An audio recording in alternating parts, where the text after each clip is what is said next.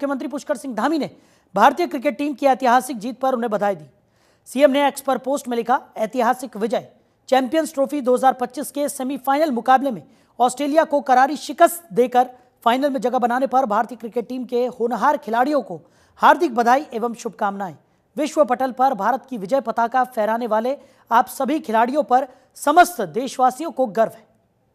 तो सीएम पुष्कर सिंह धामी ने x handle पर पोस्ट कर टीम इंडिया को चैंपियंस ट्रॉफी 2025 के फाइनल में पहुंचने पर बधाई दी।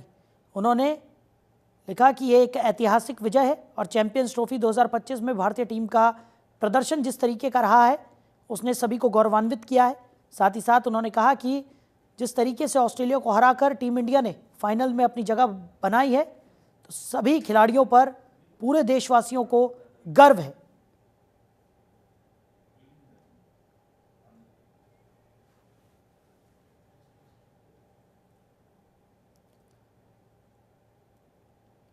उधर सीएम पुष्कर सिंह धामी ने केंद्रीय कृषि मंत्री शिवराज सिंह चौहान को उनके जन्मदिन पर बधाई दी। उन्होंने एक्स पर पोस्ट करते हुए लिखा कि केंद्रीय कृषि किसान कल्याण एवं ग्रामीण विकास मंत्री आदरणीय श्री शिवराज सिंह चौहान जी को जन्मदिन की हार्दिक बधाई एवं शुभकामनाएं। बाबा केदार से आपके सुखद, आरोग्यपूर्ण एवं मंगलमय जीवन की कामना करता हूं।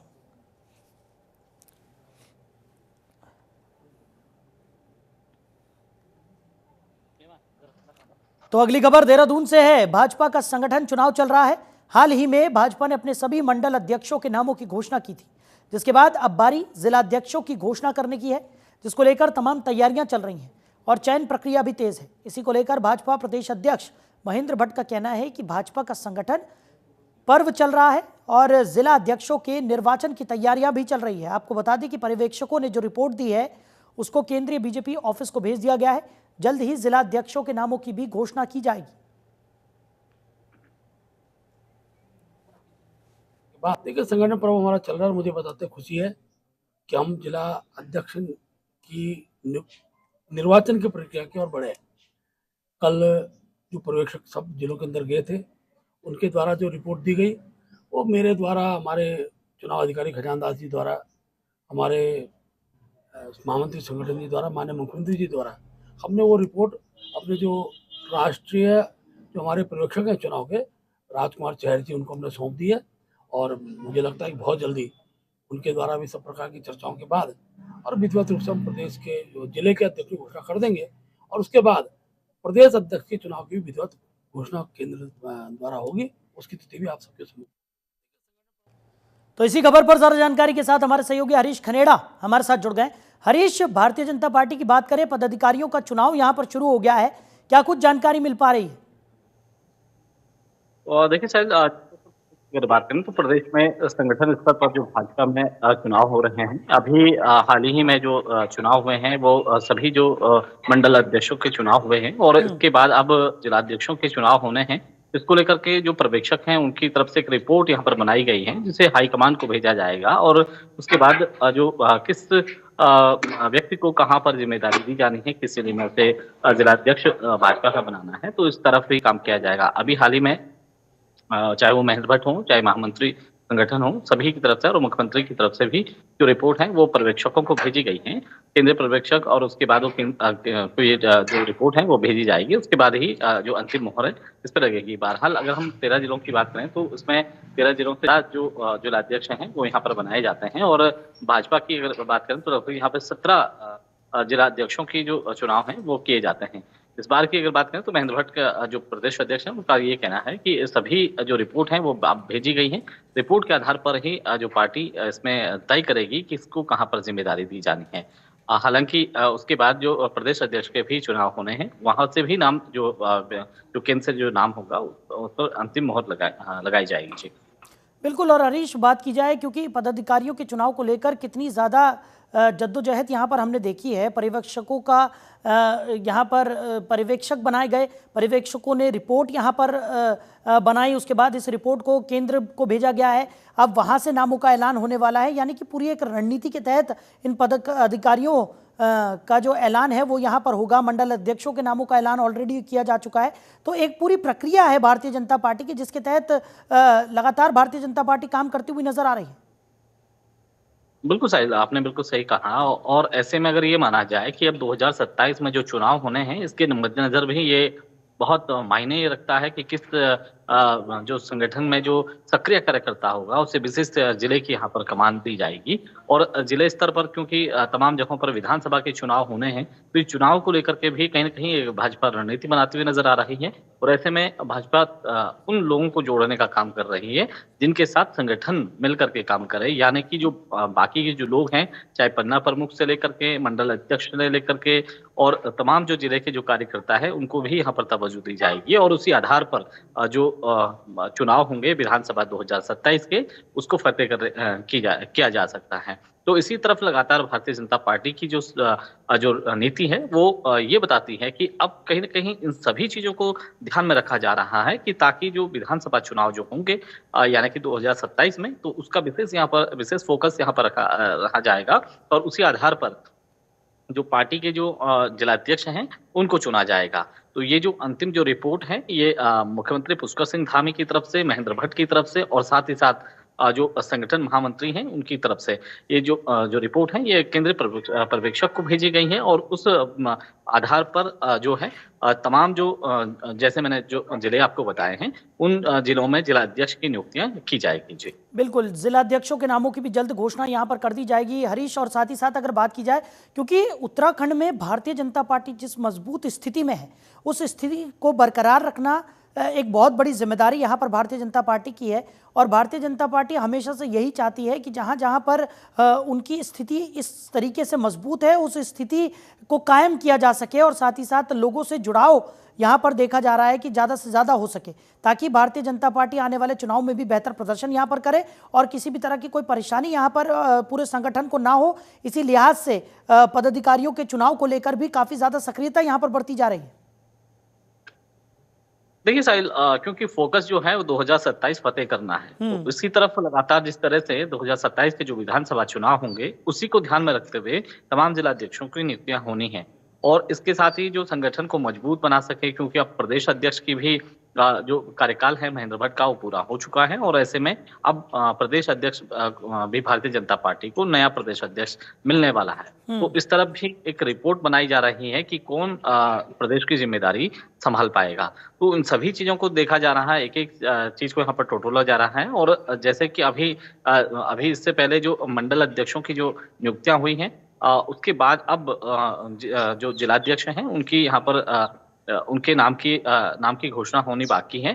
जो रिपोर्ट है वो पूरी बनकर के तैयार हो चुकी है, क्योंकि उत्तराखंड में चुनाव भी हैं। 2027 में विधानसभा के चुनाव, उससे पहले पंचायत के चुनाव हैं। तो उन सभी को यहाँ पर ध्यान रखा जा रहा है कि ताकि कोई भी नाराजगी पार्टी के अंदर ना हो और इनको विशेष फोकस यहाँ पर ये रखा जा रहा है कि ताकि किसी भी तरह से जो दल-बदल की जो चीज़ें हैं वो सामने ना आए।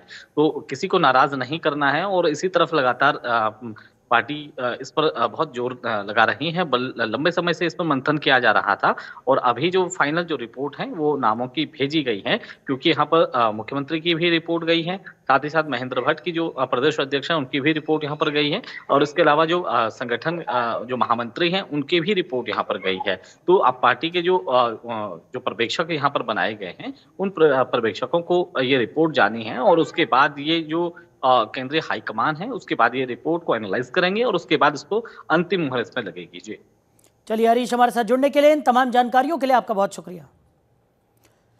आगे बढ़ते हैं। उत्तराखंड के पूर्व सीएम हरीश रावत ने पंजाब में चल रहे किसानों के प्रदर्शन पर आम आदमी पार्टी और केजरीवाल पर हमला किया। उन्होंने कहा कि आम आदमी पार्टी और अरविंद केजरीवाल कभी भी किसानों के समर्थक नहीं रहे। केजरीवाल किसी भी मुद्दे पर तभी बात करते हैं जब उन्हें उससे कोई फायदा होता है, इसलिए पंजाब में आम आदमी पार्टी और बीजेपी में कोई फर्क नहीं है।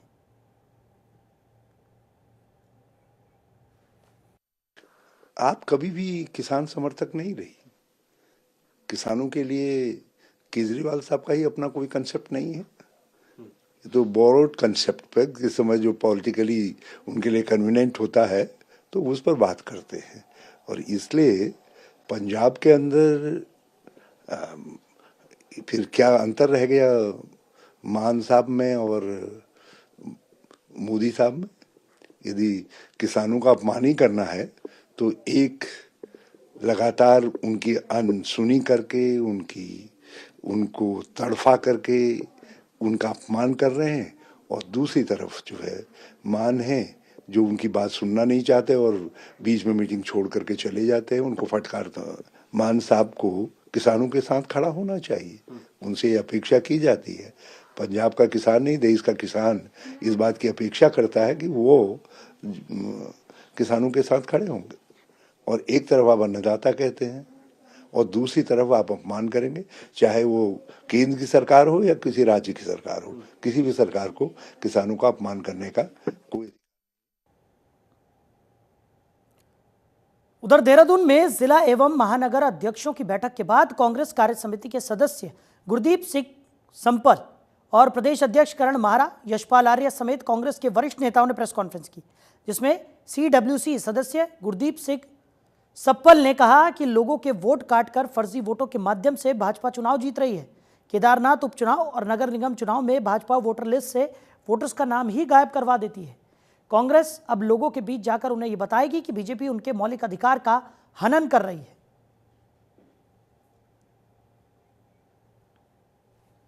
ना तो चुनाव आयोग पर, ना चुनाव प्रक्रिया पर, ना मतदाता पर कोई अविश्वास दिखा रहे हैं। नेता विपक्ष लोकसभा में और कांग्रेस पार्टी के पूर्व अध्यक्ष राहुल गांधी जी ने लोकसभा में इस बात को उठाया और पूरे जोर तरीके से ये उठाया कि हम लोग विधिवत रूप से कई बार चुनाव आयोग के पास गए, प्रतिनिधिमंडल लेकर, मैं खुद हर एक डेलीगेशन का हिस्सा रहा। हम चुनाव आयोग से मांग क्या रहे हैं? हम केवल एक चीज मांग रहे हैं कि हमको आप वोटर लिस्ट इलेक्ट्रॉनिक फॉर्म में एक जगह दे दीजिए। ये इतनी बड़ी डिमांड तो नहीं है जिसको कि ना माना जा सके। एक पॉलिटिकल पार्टी जिसने देश के ऊपर करीब 50 साल तक सत्ता हमारे पास रही, 21 करोड़ भारतवासियों ने पिछले लोकसभा चुनाव में हमको वोट दिया, अगर वो पॉलिटिकल पार्टी केवल इतनी सी मांग कर। उधर पीएम मोदी के 6 मार्च को देवभूमि दौरे को लेकर भाजपा प्रदेश अध्यक्ष महेंद्र प्रसाद भट्ट ने कहा था कि पीएम मोदी का दौरा चारधाम शीतकालीन यात्रा को विश्व पटल पर बड़ी पहचान दिलाने वाला साबित होगा। इस दौरे को लेकर सभी उत्साहित हैं। इस पर कांग्रेस प्रवक्ता गरिमा महाराज दसौनी ने कहा कि जिस शीतकालीन यात्रा पर प्रधानमंत्री खुद मोहर नहीं लगा रहे, बार बार यात्रा की तारीखों में बदलाव होना यह दर्शाता है कि अभी शीतकालीन यात्रा में बदलाव की जरूरत है और मूलभूत सुविधाएं उपलब्ध कराने की भी जरूरत है।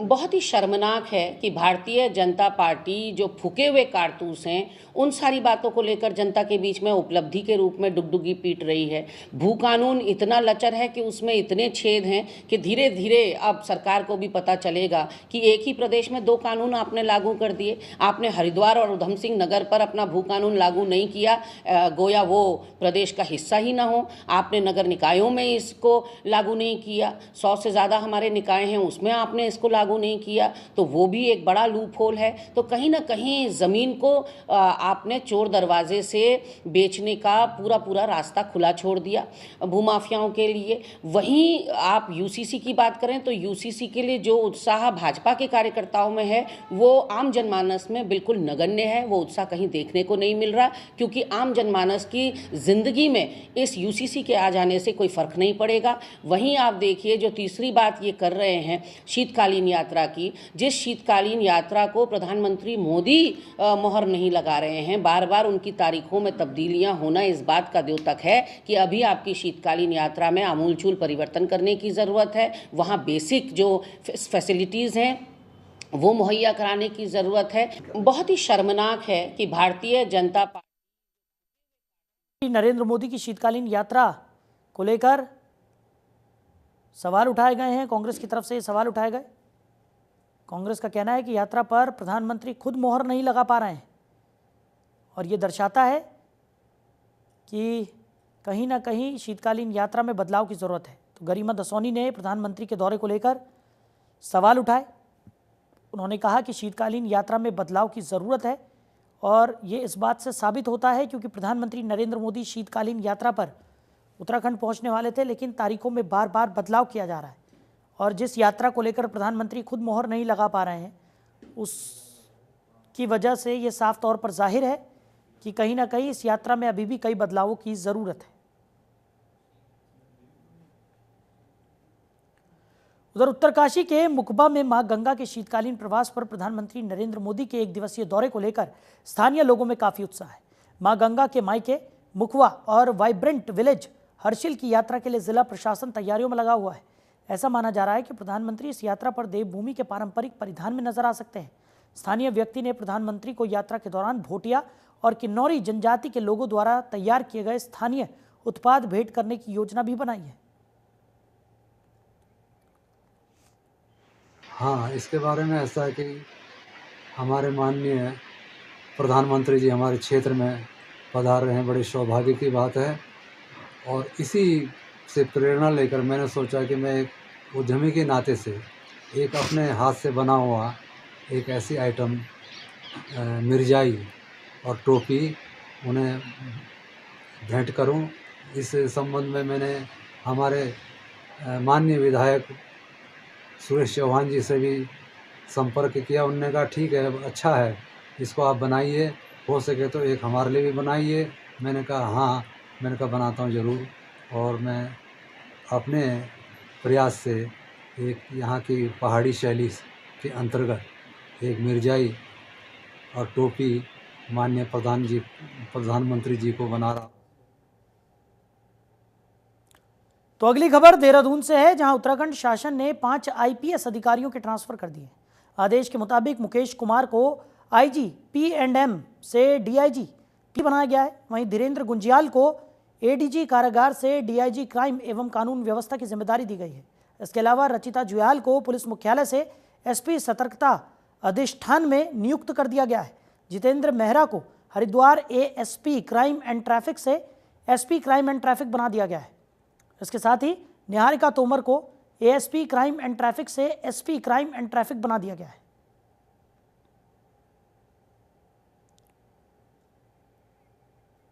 तो 5 आईपीएस अधिकारियों के ट्रांसफर यहां पर किए गए हैं। कई अधिकारियों को पदोन्नति यहां पर दी गई है,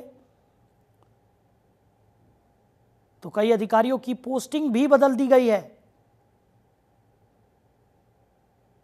तो बताइए कि उत्तराखंड में ये 5 आईपीएस अधिकारियों के ट्रांसफर किए गए हैं, जहां कई अधिकारियों को पदोन्नति मिली है, तो वहीं कई पदाधिकारियों का ट्रांसफ़र भी यहाँ पर किया गया है। आपको बता दें कि मुकेश कुमार को एआईजी P&M से डीआईजी PAC बना दिया गया है। वहीं धीरेन्द्र गुंजियाल को एडीजी कारागार से डीआईजी क्राइम एवं कानून व्यवस्था की जिम्मेदारी सौंप दी गई है। इसके अलावा रचिता जुयाल को पुलिस मुख्यालय से एसपी सतर्कता अधिष्ठान में नियुक्त किया गया है। जितेंद्र मेहरा को Haridwar ASP crime and traffic से एसपी क्राइम एंड ट्रैफिक बना दिया गया है। इसके साथ ही निहारिका तोमर को एएसपी क्राइम एंड ट्रैफिक से एसपी क्राइम एंड ट्रैफिक नियुक्त किया गया है।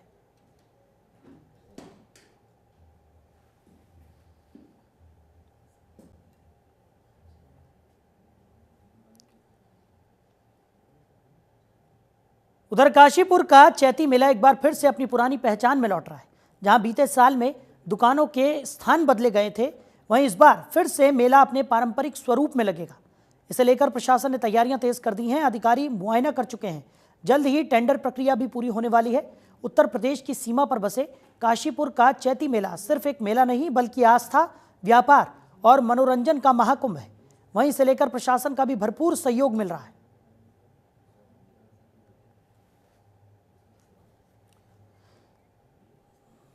चैती मेले का इस वर्ष का जो आयोजन है 2025 का, ये 30 मार्च से लेके 27 अप्रैल तक रहेगा। इसमें जिलाधिकारी महोदय की अध्यक्षता में जो बैठक होती है वो हो गई है। उसमें जिलाधिकारी महोदय के द्वारा जो दिशा निर्देश दिए गए हैं उसी के अनुसार मेला कराया जाता है। हमारा सिलबट्टा मार्केट, उनके काम करने वाले शिल्पकार हैं, वो हमेशा रोड पे ही बैठते थे, तो इस बार नए नक्शे में उनको रोड पे ही जगह दी गई। जो हमारा गोविशरण का टीला है उधर की तरफ जो पुराने 2019 से पहले जो नक्शा हुआ करता था, जहाँ पे झूले रखते थे, तो अब उस साइड पे झूले लगेंगे। जो मुख्य समस्या रहती है मेले के समय, पार्किंग हमारी छोटी पड़ जाती थी, तो पार्किंग के एरिया को भी बढ़ा दिया गया है। टेंडर की प्रक्रिया प्रारंभ कर देंगे और हर वर्ष की तरह जैसे टेंडर होता है उसे टेंडर करा के एक अच्छा मेले के आयोजन करने का हम लोग प्रयास करेंगे और ये प्रयास करेंगे जो पुरानी उसका जो स्वरूप है वो बचा रहे और अधिक से अधिक यहाँ पे श्रद्धालु आए। उधर लक्सर में नशा तस्करों पर पुलिस की कार्रवाई लगातार जारी है। पुलिस ने बीजोपुरा तिराहा के पास से नशा तस्कर को 18 ग्राम स्मैक के साथ गिरफ्तार किया है। तस्कर मंगलौर क्षेत्र में स्मैक की सप्लाई करने जा रहा था। इस दौरान पुलिस ने आरोपी मोहसिन को गिरफ्तार कर लिया। आरोपी के खिलाफ NDPS एक्ट के तहत मामला दर्ज कर लिया गया है। साथ ही उसके क्राइम रिकॉर्ड की भी जांच की जा रही है। आपको बता दें कि तस्कर के पास से एक इलेक्ट्रॉनिक तराजू भी बरामद हुआ है।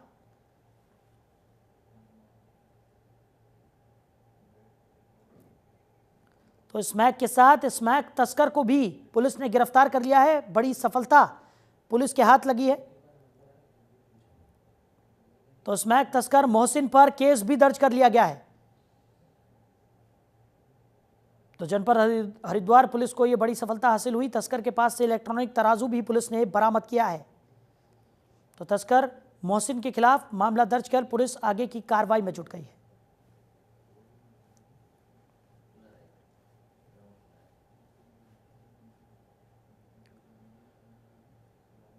उधर हरिद्वार के बहादुराबाद थाना क्षेत्र में पतंजलि योगपीठ की मिनी एम्बुलेंस में अचानक आग लग गई।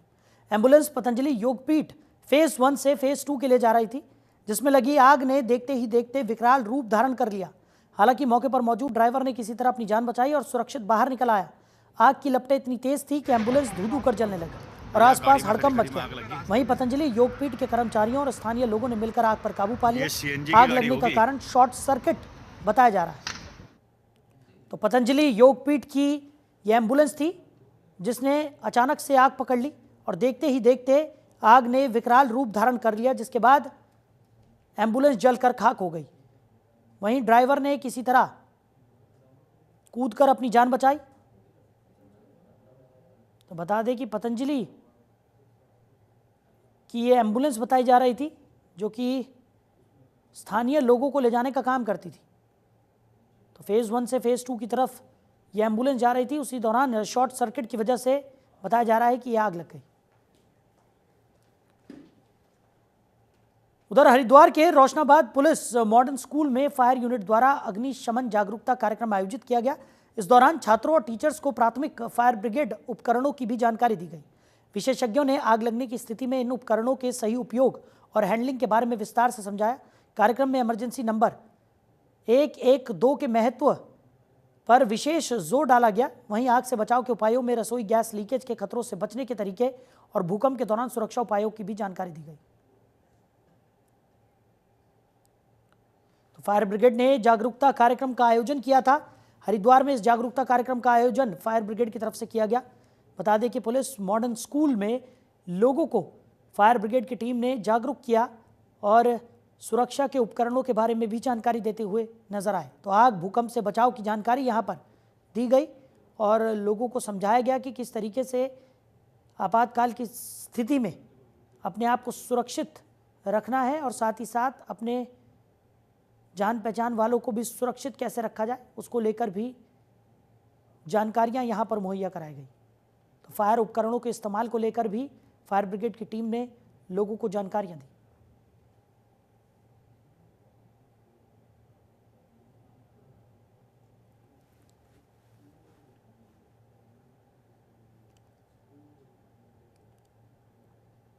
उधर हरिद्वार के गंगा घाटों पर श्रद्धालु जहां आस्था की डुबकी लगाते हैं, वहीं कुछ असामाजिक तत्व मां गंगा की पवित्रता से खिलवाड़ कर रहे हैं। बाहर से आने वाले कुछ लोग यहां शराब पीकर माहौल खराब कर रहे हैं, जिससे धार्मिक स्थल की गरिमा धूमिल हो रही है। हाल ही में एक वीडियो वायरल हुआ है जिसमें कुछ लोग गंगा जी के घाट पर खुलेआम शराब पीते नजर आ रहे हैं। इस कृत्य से न सिर्फ श्रद्धालुओं की भावनाओं को ठेस पहुंची है, बल्कि घाटों की स्वच्छता और धार्मिक मर्यादा भी खतरे में पड़ गई है। हरिद्वार प्रशासन से मांग की जा रही है कि ऐसे लोगों के खिलाफ सख्त कार्रवाई की जाए। तो एक तरफ जहां गंगा की साफ सफाई को लेकर प्रशासन पूरी तरह से सजगता बरस रहा है, तो कई असामाजिक तत्व गंगा को अपवित्र करने का काम भी करते हुए नजर आ रहे हैं। गंगा जी के घाट पर बैठकर कई असामाजिक तत्व शराब पीते हुए नजर आते हैं। लोगों ने प्रशासन से कार्रवाई की मांग भी की है और अब प्रशासन की तरफ से भी ऐसे असामाजिक तत्वों के खिलाफ कड़ी कार्रवाई करने की बात की जा रही है।